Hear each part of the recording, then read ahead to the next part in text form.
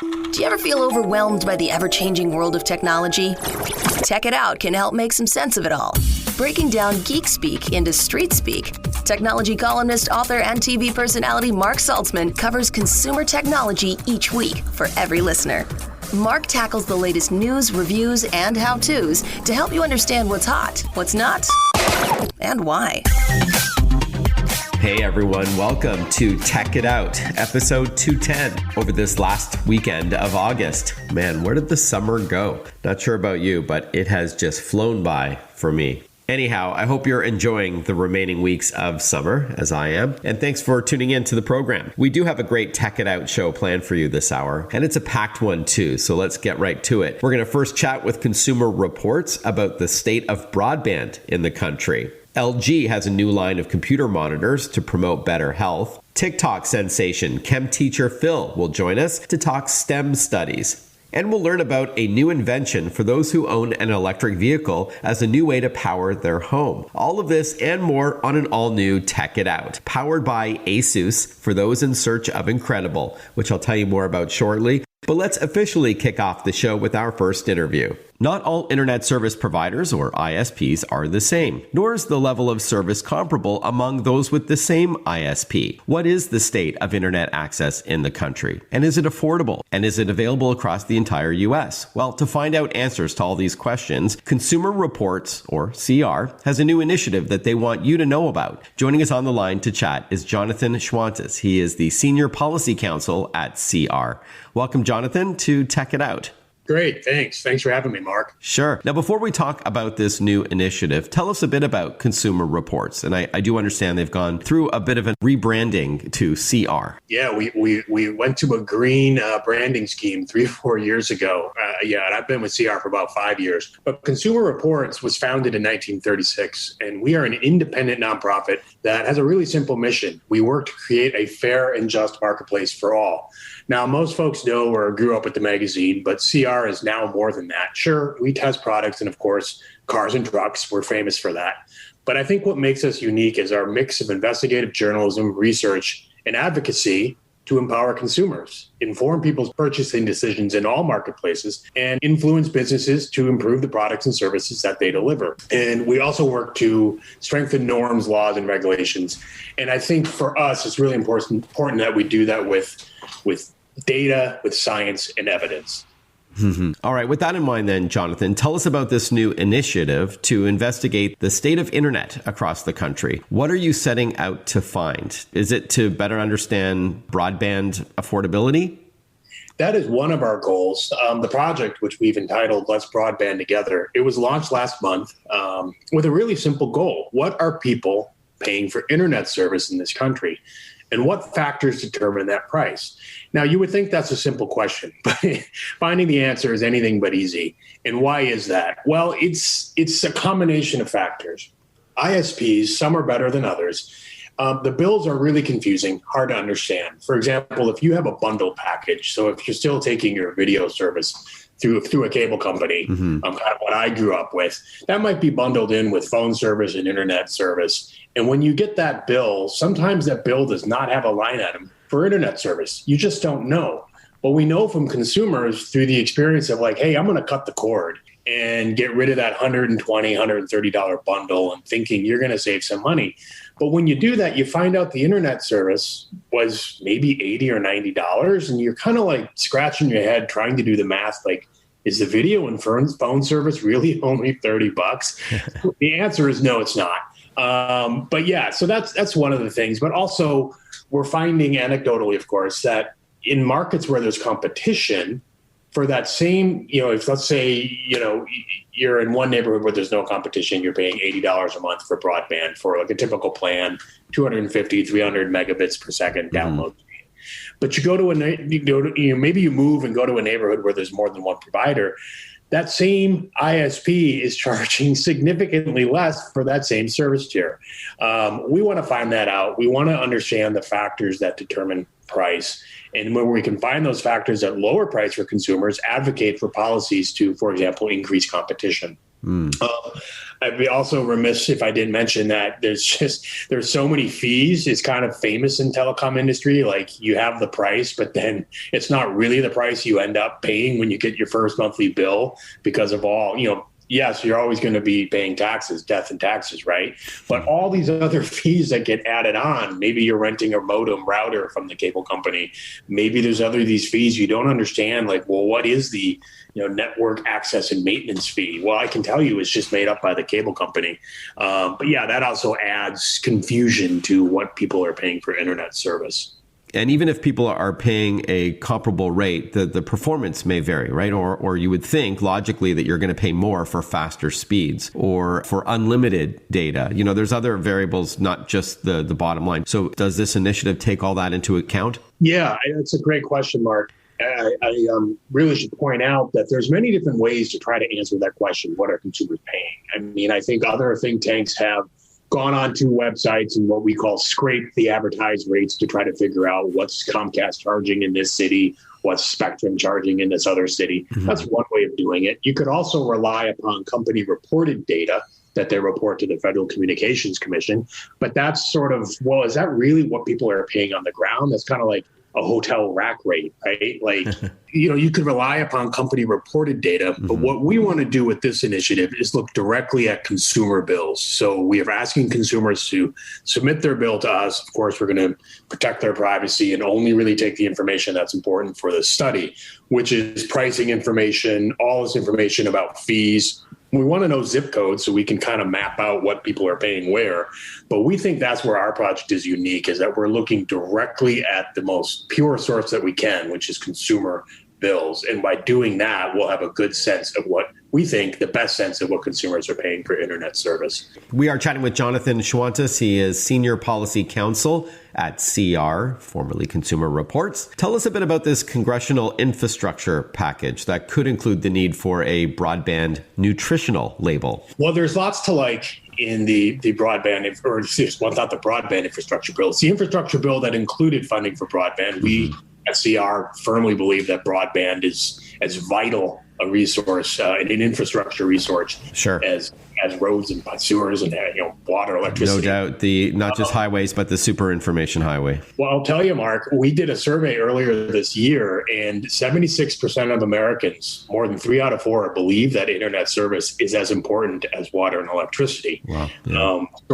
Sort of the chaser is it's not regulated like a utility, so there's no guarantee of universal access or affordability. But getting back to the infrastructure bill, yeah, there's lots to like in there. There's $42.5 billion for direct broadband grants to states to build new broadband infrastructure and deploy it to unserved areas.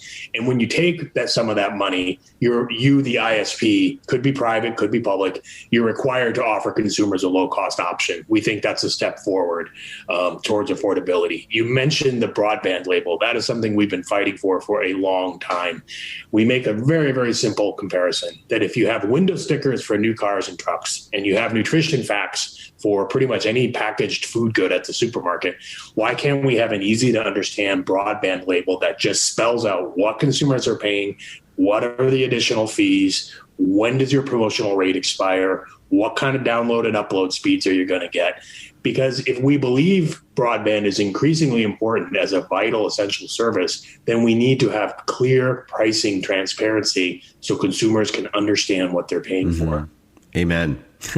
Any other advice you have when someone is seeking a new internet service provider? Well, I always start, because I get asked that questions a lot by friends and family. Now, for many of us, like myself, working from home, you're going to need a robust internet connection. You're going to need broadband, which is, code for really fast internet. So you have to understand the different technologies. Now, most folks, it's going to be your cable company now dressed up as your ISP. But, in many cases, you just have one, you only have one provider. If you're lucky, maybe 2. But you have to understand that second provider might be your old telephone company providing you DSL service, which I'm sorry, it's outdated and it really can't keep up with it doesn't deliver the broadband speeds you need for today's applications. Sure. As far as resources, Mark, that's great. We have somebody we've partnered with on this project, Broadband Together. It's called Broadband Now. a lot of broadband going on today. But broadbandnow.com, they have a easy, enter your zip code. It's not foolproof. It's not perfect because, a lot of the satellite companies will come up as an option. But I'm telling you, if you live in, downtown DC like I do, you're not going to be able to hang a satellite out of your apartment window. But yeah, that gives you a sense of who are the players in your neighborhood. If you're looking for a low-cost option, like the Emergency Broadband Benefit being administered by the FCC, there's another resource online called everyoneon.org that can give you a sense of whether or not, if there are providers in your neighborhood that are offering low-cost plans. But those are some online resources to at least give you a picture of who's providing service in your area. All right. With that in mind, is there a website that you'd recommend, Jonathan, to learn more about the CR initiative?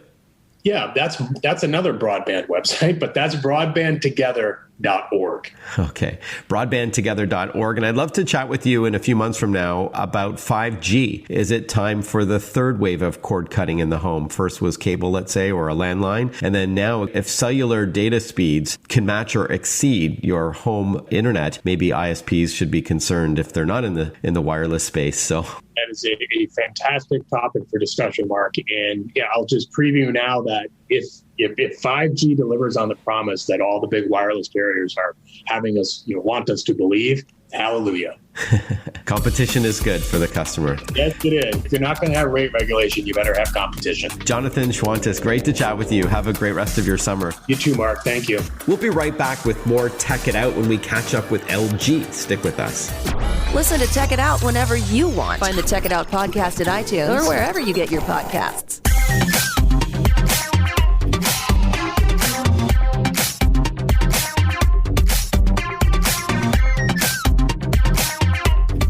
Welcome back to Tech It Out, powered by ASUS. For those in search of incredible, ASUS creates technology for today and tomorrow's smart life. And that includes its line of award-winning laptops and desktops, monitors, smartphones, smartwatches, tablets, and much more. For those in search of incredible, visit asus.com/US/radio for more info. That's asus.com/US/radio.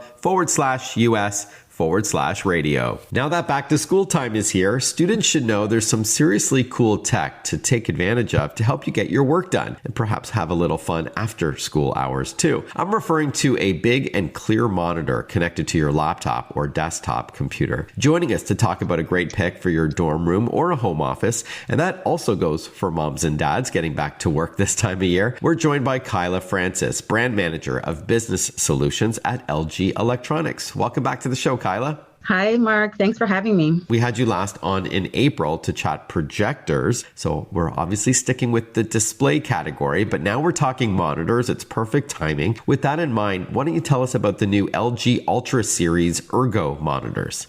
Yeah, so we launched our first true ergo monitor in Canada last year with the ultra fine lineup. They're basically designed to extend and retract, swivel, and adjust the tilt, pivot, and height of the monitor. So it allows you total comfort.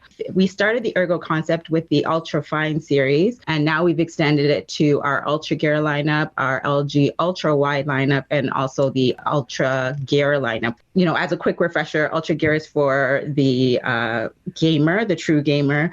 Ultra wide is mainly for, multitaskers, work from home or learn from home. And ultra fine is kind of for the professional creators or photographers or movie editing professionals. So now there is a ultra monitor ergo within each of our lineups. Okay, and ergo is, I guess, short for ergonomic, which refers to, so I often write about this. So how do you work best with your technology to minimize wear and tear on your body? So it's comfortable, keeping in mind your neck, your eyes, your back. Obviously, that's key with these monitors. What would you say your favorite features would be for this LG Ultra Series ergo monitors, ergonomic monitors? All of our monitors are equipped with, the amazing innovation from LG. But the LG's monitor ergo, it's basically the stand.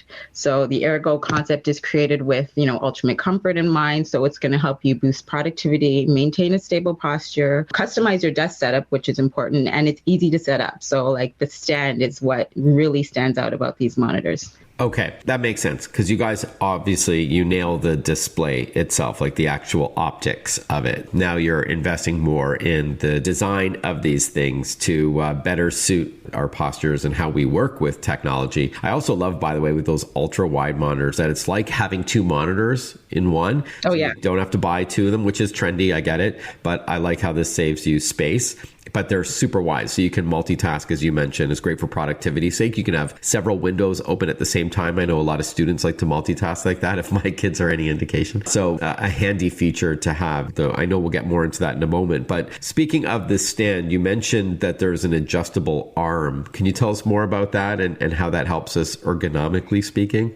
Yeah, well, it comes with a C-type clamp. So, it easily attaches to the desk. Okay. So it can go to the edge of the desk or a table. So again, you can have a clutter-free workspace. So, whether you're at your kitchen table or the island, it just really clamps to that space, whether it's a desk or wherever you're working within your home or work. So it can be flexible, right? So you can pivot it, you can turn it, right. Swivels up to 280 degrees. So, whether you're standing or sitting, it can be at the perfect eye level. Yeah, it's great. Yeah, I always tell people to make sure that they don't turn their neck to look at their monitor. Make sure that you position your chair, if you have to look straight on, and make sure it's at eye level and have adequate lighting. And all that is super important, especially as we're now, because of the pandemic, using our computers for work, like for productivity's sake, whether you're working remotely at a company or you're a student. We're using computers for entertainment. We're streaming video and we're playing games, and for communication, right? We're video chatting over Zoom, and we're, reading email and all that. So it's really important to take comfort in mind without sounding too preachy. So I really like this. So I really like this line of monitors that LG has developed. With that in mind, a lot of people opt for a laptop opposed to a desktop because they can bring it around, from a coffee shop to the home to the office if they're back now, or to the classroom. But there is something to be said for a good stationary workplace in the home. So how would you say the Ultra Series Ergo monitors help you achieve this? You can connect this to a laptop. It doesn't have to be a desktop, right? No, it doesn't. You can use a laptop or a desktop, and it doesn't matter which laptop. If you have a Mac, you would, probably use the Ultrafine because that has the best connectivity to the MacBooks. Okay. The time you spend at work should be a time where you can produce optimally. So, as more people are embracing a hybrid work model, you need to ensure your home environment is set up for success. So if you have a cluttered desk where you're constantly hunched over, straining your eyes and neck, looking at the screen, it's not customized for your comfort. Sure. With this new monitor Ergo series, you can actually customize your setup, depending on your mood, right? Because you can just move it around so easily. Yeah, great point. We are chatting with Kyla Francis, brand manager of business solutions at LG Electronics, given that it is back to school time and back to work. For those who have maybe taken a bit of a relaxing summer, that it's a good time to talk about monitors, as that's your window to your online world, whether it's connected to a laptop or a desktop. There's a new line of LG Ultra Series Ergo monitors designed for ergonomics. I know prices start at $499 for these monitors, but is there a website that you'd recommend to learn more? You can definitely check out your local retailer right now for some great back to school promotion pricing. And you can always go to lg.com for more information. All right, Kyla, have a great rest of your summer. Thank you so much. Thanks for having me. We're going to catch up with TikTok sensation Chem Teacher Phil when we return. Stay with us. You're listening to Tech It Out. Want to follow Mark? Google him. Mark with a C and Saltzman with a Z.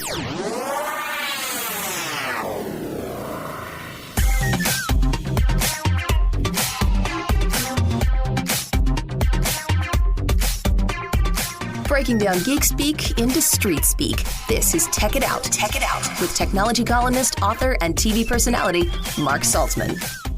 Welcome back, everyone. You're listening to Tech It Out on the Radio America Network. Known to his 3.3 million TikTok followers as Chem Teacher Phil, Philip Cook has been a high school science teacher for more than 2 decades and is currently a senior science instructor at Culver Academies in Culver, Indiana. He's joining us now to chat about the importance of STEM education. Of course, that's science, technology, engineering, and math, as well as something seemingly low-tech that's ideal for students, friction pens, and how it does relate to STEM. Welcome, Philip. Good to chat with you. Great to be here, Mark. Now, before we dive into our topic, please tell us how you became Chem Teacher Phil on TikTok. What were you trying to achieve through social media? TikTok for me was purely the suggestion of a student of mine. I was starting out the year doing some demonstrations, and the student said, hey, you should put that on TikTok. I didn't have a TikTok account, so I created one and made my first video. And that was the start of things. And I love how the platform has given me a way to reach out to a broad audience and be able to get them curious about science.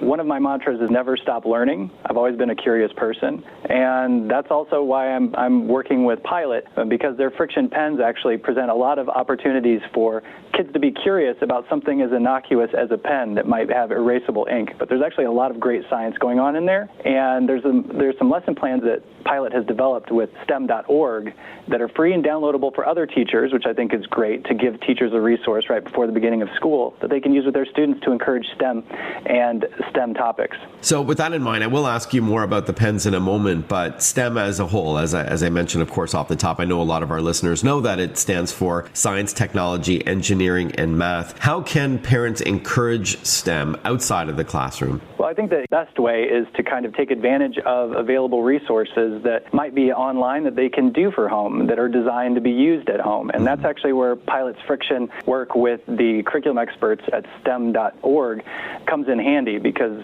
they've got a lot of lessons geared towards a wide audience of kids from grades K through 12, where they can do these experiments in the comfort of their own home and learn about the thermosensitive properties of something like an ink pen that's erasable using heat. Get them interested in STEM topics and then see where that leads. Mm-hmm. And speaking of where it leads, of course, not only is it great to encourage their imagination and sharpen those skills like engineering and coding and all that, but this can also help them land a very lucrative career going forward. So it's not just about the education component, but post-school, what kind of career they may be able to take advantage of. So let's talk a bit more about these friction pens, Philip. So that's F as in Frank, RIXION. How are they ideal for STEM learning? I need to understand this connection because it seems like a bit of a disconnect. Yeah, it might seem strange when we're talking about pens and then you try and bring in science, technology, engineering, and mathematics.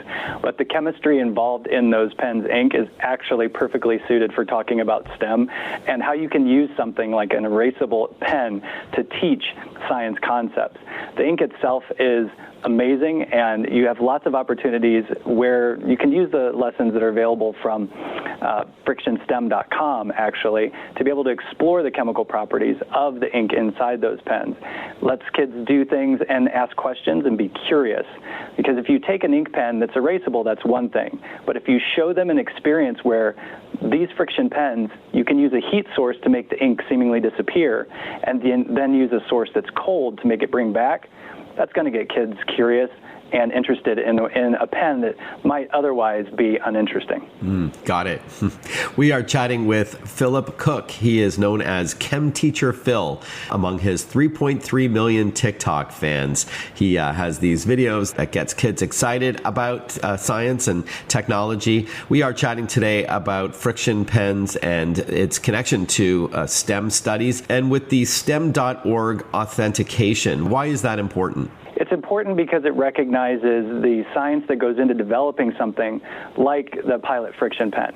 And the authentication comes from the fact that the whole development of the product embodies science, technology, engineering, and mathematics in its production. And what it can do is help drive critical thinking skills and help kids be curious through the actual product itself, not just for its primary use as a pen, as a writing instrument, but also in the fact that you can do lots of interesting chemical and physical demonstrations using that same writing tool. Mm-hmm. I think that's what makes it actually unique, in that yes, you can throw it in a backpack, you can do some experiment, you can take lab notes with it, or you can do your math homework, but you can also do lots of interesting demonstrations in the class that gets kids curious about STEM. Mm-hmm. Also, just one thing I may add, if I can, Philip, Sure. is that as amazing as these tech tools are, and I am a technology evangelist, so of course I'm a firm believer in laptops and other devices to help a child learn, but there is something to be said about handwriting notes and how sticky that could be, right? I mean, I think it's been proven over the decades that if you handwrite notes during a class, you may actually retain that information better than typing it out, which is interesting. Yeah, absolutely. I agree with you. And in fact, in my classes, I encourage students to handwrite because there is a greater retention. Yeah. And the fact that you can use that writing instrument for a lot of different things in the same classroom, like a science classroom, I think just makes it an invaluable tool. Now, before we wrap up, Philip, how else can we encourage STEM in our students? Can you tell us a bit about this grant program and how we can nominate a student for consideration? Yeah, absolutely. I think a couple of things that I would say about how you can best encourage students is, number one, give them opportunities both at home and at school. Mm-hmm. And that's where you take advantage of the lesson plans that are available from frictionstem.com as a part of Pilot's work with the experts at stem.org. And you can also go to frictionstem.com to learn more about Pilot's Science Friction STEM grant program. And this is a program geared towards middle and high school students that excel in their use of STEM techniques to make the world a better place, both at school and in their broader communities. And the program itself grants up to $50,000 for schools and students to be able to use to further STEM education and the students' education as well. All right, awesome. Again, that website is frictionstem.com, F like Frank, RIXION STEM.com. And of course, you can follow Chem Teacher Phil on TikTok with that handle. Great to chat with you, Philip. Have a great rest of your day. Thanks so much, Mark. It's been a pleasure. As promised, when we return on Tech It Out, we're going to learn all about Decibel R16. This is a brand new invention for those who own an electric vehicle as an alternative way to power their home. Very cool stuff. In the event of an emergency, it also folds in solar. This show is powered by ASUS, creating technology for today and tomorrow's smart life. ASUS, for those in search of incredible. Visit asus.com/US/radio for more info. That's asus.com/US/radio. Stay with us. We'll be right back with a lot more Tech It Out. Breaking down geek speak into street speak. Tech It Out, hosted by Mark Saltzman.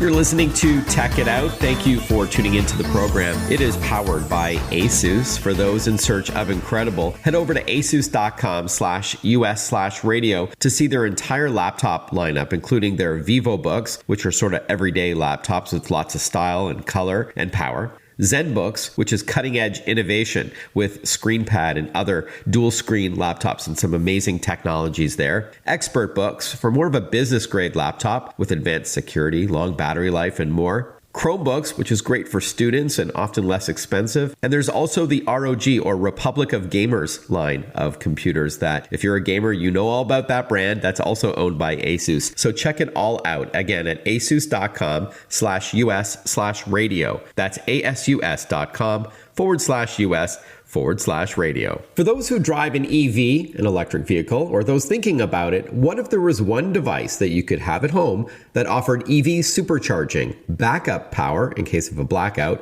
and solar charging all rolled into one product? Well, it's coming this fall, and it's called Decibel R16 from a Montreal-based company called Decibel. And joining us on the line to chat is Marc-André Forget, CEO of Decibel. Welcome, Marc-André, or MA for short. I understand people call you MA. How are you? Thanks for the invitation. Sure, great. So why don't we jump right in, MA? At a high level, what is Decibel R16 all about? And we should tell our listeners that Decibel is spelled DCBEL. Yeah, that's correct. So Decibel, in a nutshell, is a home energy server. It's basically a single device that can charge your car, power your home during a blackout, and serve also as a solar inverter, basically using the sun as a main fuel for your home. Okay, so it's a 3-in-1 product, all tied to energy and power. Who would you say it's for exactly? It is for EV drivers? Decibel is for EV drivers that want to charge their car faster at home.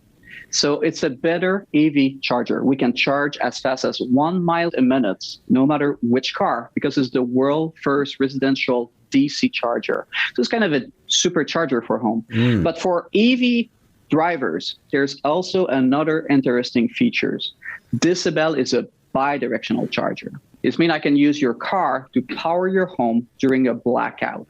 And I think this is a game changer. All right, so let's talk a bit more about that. So let's say there's a power outage, there's a bad storm, and then you've got one of these devices coming this fall, Decibel R16, maybe in your garage or a carport or something. How can it help power your home? Simply, Decibel can be connected to a residential battery. LG Resu, for example, can power your home. But the most interesting features is that you just connect your electrical vehicles to Decibel. Decibel recognize there's a blackout, there's an outages. Decibel is going to island your home from the network, protecting the network, protecting your home. As soon as this is done, we're going to start to extract energy from the car and power your home. And we can, a typical EV, let's say a Nissan Leaf, a Chevy Bolt, can power your home in the U.S. territory for 12 to 16 hours, while still leaving you with almost 40% of your battery. So more than enough energy to go somewhere else in case you need. All right, that's great. Just to circle back for a moment, MA, about the DC charger. These are those fast or supercharged stations that EV drivers may stop at when they're on the road somewhere, opposed to the ones that you have at home, which may be a 120 volt, a regular AC plug, or a 240 that you may have installed when you buy an EV. That is absolutely fair. Something perhaps to add with is that every single EV in the world are using DC power. The fact is DC energy is not available at home. I just don't want to go into the good old Edison versus Tesla war from a century ago. But the fact is that every single EV in the world right now, for the purpose of charging at home, has to carry what we call an AC to DC converter inside every single home. And this is a very limitation because it's bulky, it's expensive, but they have to do it because up to now, up to Decibel, there were no way to charge a car directly with better DC power at home. So now you understand why fast charger are using DC energy, because you need to convert a lot of energy to charge a battery fast. But Decibel, this is where it's really the game changer here. We will allow eventually to a very significant price reduction in EV going forward. Okay, great. So we've covered the fact that it could supercharge your vehicle, so faster speeds to juice up your electric vehicle. It's got backup power in case of a blackout. Let's learn a little bit more about the solar charging. Well, Decibel is also your solar inverter. In the fact, we are probably the most powerful residential solar inverter on the market. So again, DC power, solar energy, solar panel is all about DC. So you need to basically convert DC to AC to make it useful inside your home. This is where it starts to be very convenient because you're using the same device, the Decibel, to convert your solar panel energy straight into Decibel in AC for your home, or keep it in DC to power your car. By doing this, we are a more efficient way to power your car and your home. Now, to be clear, you don't need to be technically savvy to use this. I mean, you're talking about AC and DC, and I don't want our listeners to think that they need to be Edison or Tesla to figure it out, right? Oh, you're absolutely correct. We start the Decibel company a bit more than 5 years ago with one thing in mind. We need to make energy much more simpler for people. And you know what? Today, who's taking care of the energy for us? Very little, right? And now we need to figure out which electricity contract in some area. Should I install or not solar panel? How am I going to charge my car? This is a lot of different questions. And we're going to get some more answers to those questions with Decibel when we return on Tech It Out. Stay with us. Follow Mark Saltzman on Facebook, on Twitter, on Instagram. Listen to Tech It Out whenever you want.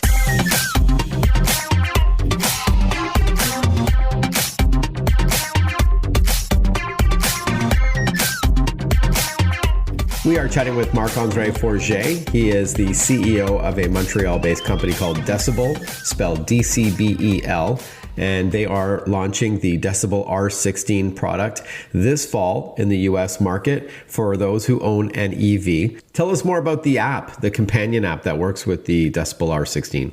Yes, the companion app it's a very simple one. We want to provide you from an holistic point of view, right? You're just looking at the app.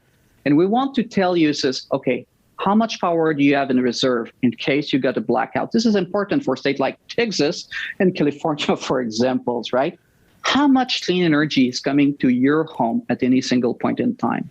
What was your impact on your energy budget? So in a single point of view, you have access to all of those information, and the artificial intelligence just take the decision for you. But then you're always in control. You can tell Decibel says, I want you to try to find a way, even though it's a more expensive energy, to power my home only with clean energy. So by setting those configuration in Decibel, the artificial intelligence will change its way to behave and will find a way to provide you more clean energy, even though at a higher cost. But sometimes, you have less luck in life and you need to, cost is important for you. You can say to Decibel, says, yeah, I want to be clean, try to be as clean as possible, but can you reduce my energy cost and give me advice? This is where the app is so useful. You can just indicate this is what you want, and definitely Decibel will find its best to lower your cost of energy, or for example, give you all the range you need for your car. So it's really a simple app designed as a gaming device. Our designers came from the game industry. We make it super accessible. Even my daughter really start to love using it, 9 years old, and she says, hey Dad, you just built a big iPad for the energy, and this is just the feeling we want for every member of the family. Everyone can use it. Before we wrap up, MA, you talked about it being easy to install, but do you also need to install like solar panels? I mean, is this something that you should have done professionally, or it's okay to do it on your own?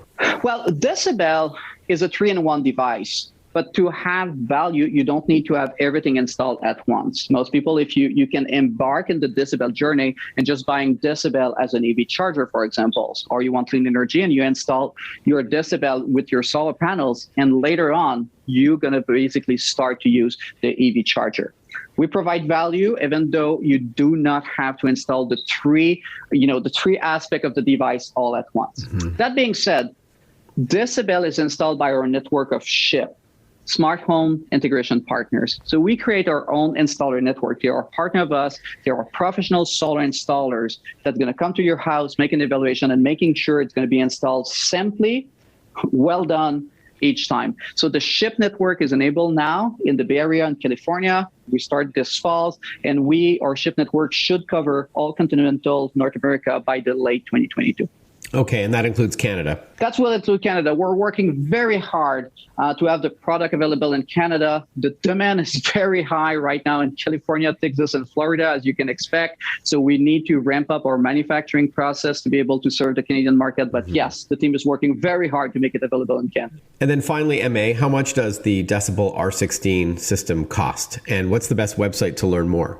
Well, Decibel price start at $5,000. Obviously, for $5,000, the Decibel system can provide you your solar inverters, dual charger. All the artificial intelligence system called Orchestrate OS is included.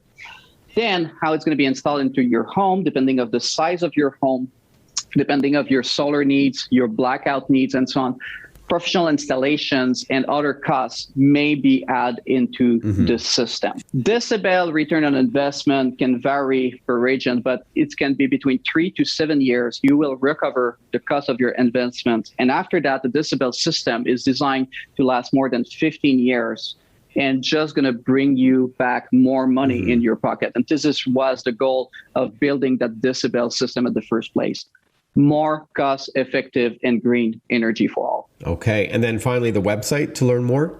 So if you want to know more, decibel.energy, ENERGY, decibel.energy, I think is the best place to start. Okay. Again, it's spelled dcbel.energy to learn more. That's absolutely correct. All right. MA or Marc-André, great to chat with you. Thank you very much for your time. Good luck this fall. Pleasure chatting with you. All the best. Thank you very much for the invitation. All the best. Hey, I hope you enjoyed a fresh new Tech It Out. For those heading back to school this week, don't forget to properly back up your important files just in case something happens to your laptop or desktop. I always use Western Digital SSDs, SanDisk devices connected to my computer. I like external storage. I also take advantage of the cloud, but I like a local offline backup solution as well. Head over to westerndigital.com to learn more, or sandisk.com. I'm wishing you a fantastic rest of your last weekend of August. Enjoy it, and I look forward to catching up with you next time for another episode of Tech It Out. Be well, everyone. Ciao.